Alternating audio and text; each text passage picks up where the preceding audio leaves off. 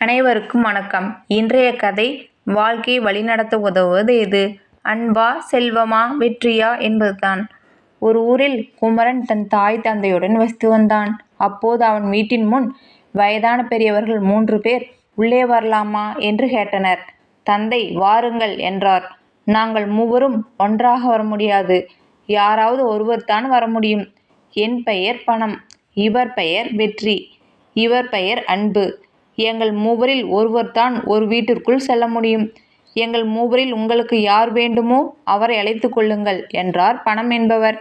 குமரனின் தந்தை வெற்றியை அழைக்கலாம்.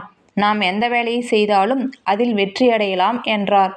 ஆனால் குமரனோ, அப்பா, பணத்தையே உள்ளே அழைக்கலாம். நம்மிடம் பணம் சேர்ந்து விட்டால் எல்லாவற்றையும் வாங்கிவிடலாம் என்றான். ஆனால் குமரனின் தாயோ, வேண்டாம், அன்பே அழைக்கலாம், அன்புதான் முக்கியம் என்றாள். பின் மூவரும் அன்பு உள்ளே வரட்டும் என்றனர். அன்பு உள்ளே வர அவரைத் தொடர்ந்து வெற்றியும் பணமும் உள்ளே நுழைந்தனர்.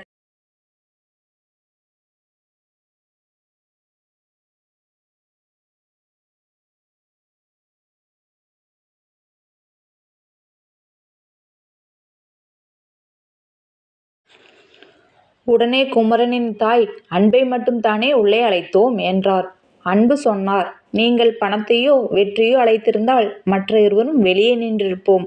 ஆனால் அன்பான என்னை வரச் சொன்னதால் நான் இருக்கும் இடத்தில்தான் பணமும் வெற்றியும் இருக்கும். ஆகவே அவர்களும் உள்ளே வந்துவிட்டனர் என்றார். அன்புள்ளம் இருந்தால் நம் வாழ்வில் எதையும் சாதிக்கலாம். அன்பிற்கு ஈடு இணை கிடையாது. இந்த மாதிரி குட்டி குட்டி கதைகளை கேட்கறதுக்காக நம்ம குட்டி ஸ்டோரி சேனலை லைக் பண்ணுங்கள், சப்ஸ்கிரைப் பண்ணுங்கள். தேங்க்ஸ் ஃபார் வாட்சிங். தேங்க்யூ.